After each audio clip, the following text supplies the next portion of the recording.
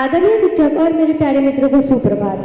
आज हम सभी सरदार वल्लभ भाई पटेल जी की 150वीं जयंती मनाने के लिए उपस्थित हुए हैं। अखंड भारत के शिल्पकार, लौह पुरुष, भारत रत्न सरदार वल्लभ भाई पटेल जी को इस जयंती पर कोटि कोटि नमन। इस दिन हम न केवल उनका जन्मदिन मनाते हैं बल्कि इसे राष्ट्रीय एकता दिवस के रूप में भी मनाया जाता है। 2014 बता दें कि वर्ष 2014 में अखंड भारत के प्रयासों की सराहना करने के लिए प्रधानमंत्री श्री नरेंद्र मोदी जी के नेतृत्व में इस दिन को राष्ट्रीय एकता दिवस घोषित किया गया था। सरदार पटेल अपने तीनों भाई बहनों में छोटे और सबसे चौथे नंबर पर थे। इनकी प्रारंभिक शिक्षा गौ में ही हुई थी। बाद में इन्होंने लंदन जाकर बैरिस्टर की पढ़ाई पूरी की और वापस आकर अहमदाबाद में वकालत शुरू कर दिए। इनका जन्म 31 अक्टूबर 1875 को गुजरात राज्य के खेड़ा जिले में हुआ था।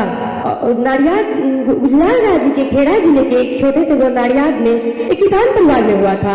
पिताजी का नाम श्री झावेर भाई और इनकी माताजी का नाम श्रीमती लाडवा देवी तथा इनकी पत्नी का नाम श्रीमती झावेरवा देवी था।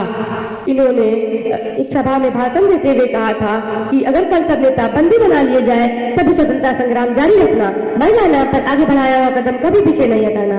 इनकी इस ओजस्वी वाणी से प्रेरित होकर जनता ने अंग्रेजी शासन के विरुद्ध विद्रोह कर दिए तथा वहाँ की महिलाओं ने 1928 में ये बारडोली सत्याग्रह का नेतृत्व कर रहे थे। वहाँ पर मिली सफलताओं ने वहाँ की महिलाओं ने इन्हें सरदार की उपाधि प्रदान की और इन्होंने कर मर्दों के भी नारे दिए थे और अंग्रेजी साम्राज्य के विरुद्ध ईंट से ईंट बजा दी।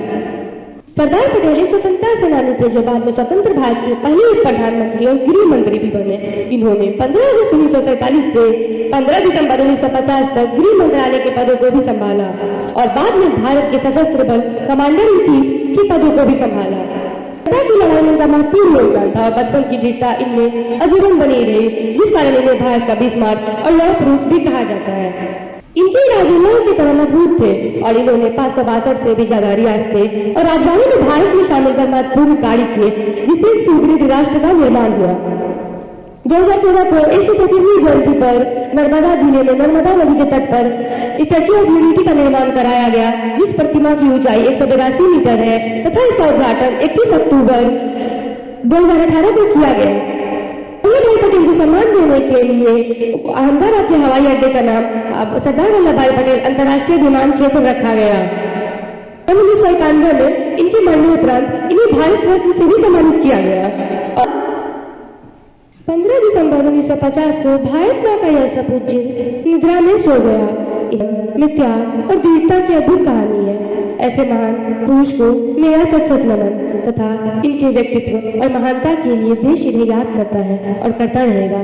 ऐसे महान व्यक्तित्व को कभी देश से भुलाया नहीं जा सकता है। मैं अपनी 4 लाइन कहकर वाणी को विराम देती हूँ। भारत को एकता के सूत्र में बांधने वाले पटेल, अखंड भारत का सपना साकार कराने वाले पटेल, विविधता में भी एकता का प्रतीक है पटेल। सरदार होकर भी सरदार है पटेल। अंबर की छाया में तलकर दूर सब सहकर विपदाओं से जो न घबराता है वो लौह पुरुष कहलाता है। धन्यवाद। जय हिंद, जय भारत।